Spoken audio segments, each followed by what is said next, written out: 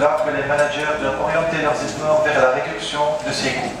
La qualité améliore l'organisation de ces processus de production pour que développer une image de marque, maîtriser les consommations, ça nous l'électricité et les scrap, mieux motiver votre personnel, accroître votre compétitivité.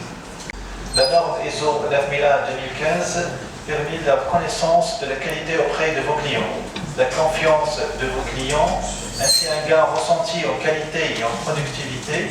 Donc pour bien aller vers l'avant, donc j'ai une CAL, c'est le système de management de la qualité qui va permettre, si vous voulez, d'améliorer l'organisation vers l'avant par une approche d'amélioration continue du management.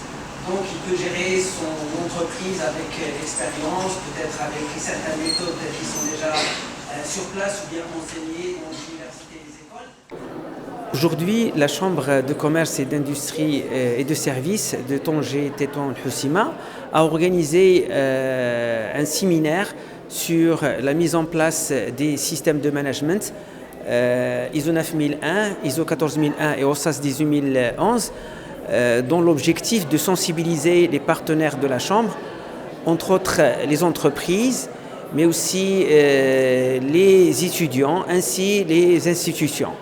Donc, pour montrer aux participants les avantages de la certification et de la mise en œuvre des systèmes de management, mais aussi de contribuer à instaurer cette culture qualité chez nos organisations.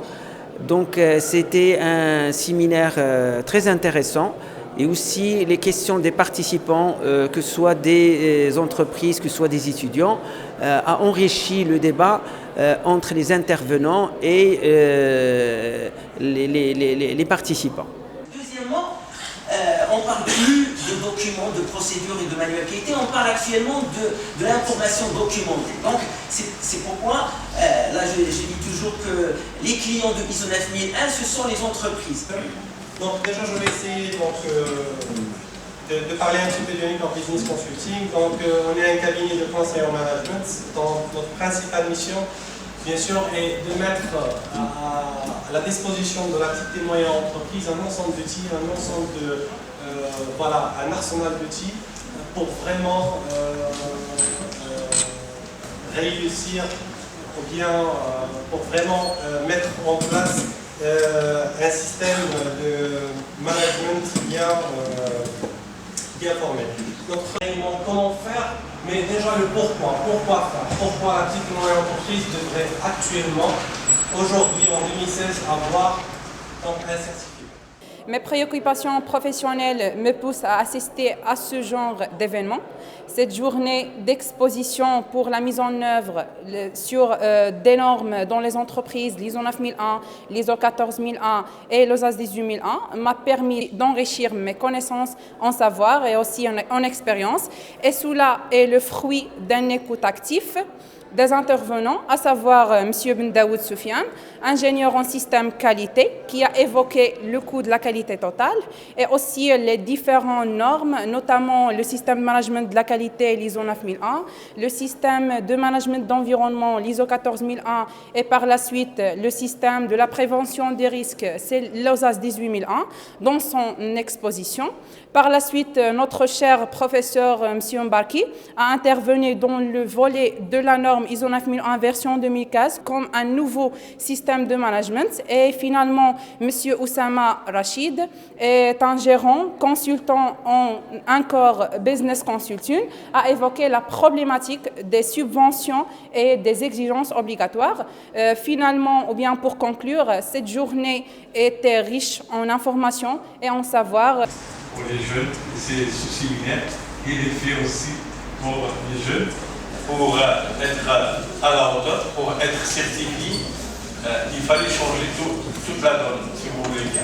Il fallait changer. C'est un organisme certificateur en Espagne, mais c'est un organisme pas travaillé dans les C'est European Quality Register, c'est un certificateur en Espagne, mais ici c'est l'accompagnement. J'ai une deuxième question qui s'adresse à notre chambre de commerce et de l'industrie. vu le rôle important que joue cette chambre. Dans cette journée, en tant qu'étudiant, en tant que futur manager, j'ai appris énormément de choses, à savoir quelles sont les différentes étapes par lesquelles l'entreprise doit passer pour être certifiée. Et par la suite, on a évoqué cette question d'audit, audit interne, audit blanc, audit externe, etc. Et ce qui m'a vraiment, ce que j'ai apprécié dans cette journée, c'est surtout cette question comment l'entreprise aujourd'hui doit prendre l'initiative pour être certifiée. Vu qu'on est dans un contexte socio-économique très complexe, premièrement, et vu l'intensification de la concurrence. Donc, toute entreprise, même les PME peuvent bien sûr opter pour ce choix et prendre cette décision qui est, à mon avis, très judicieuse.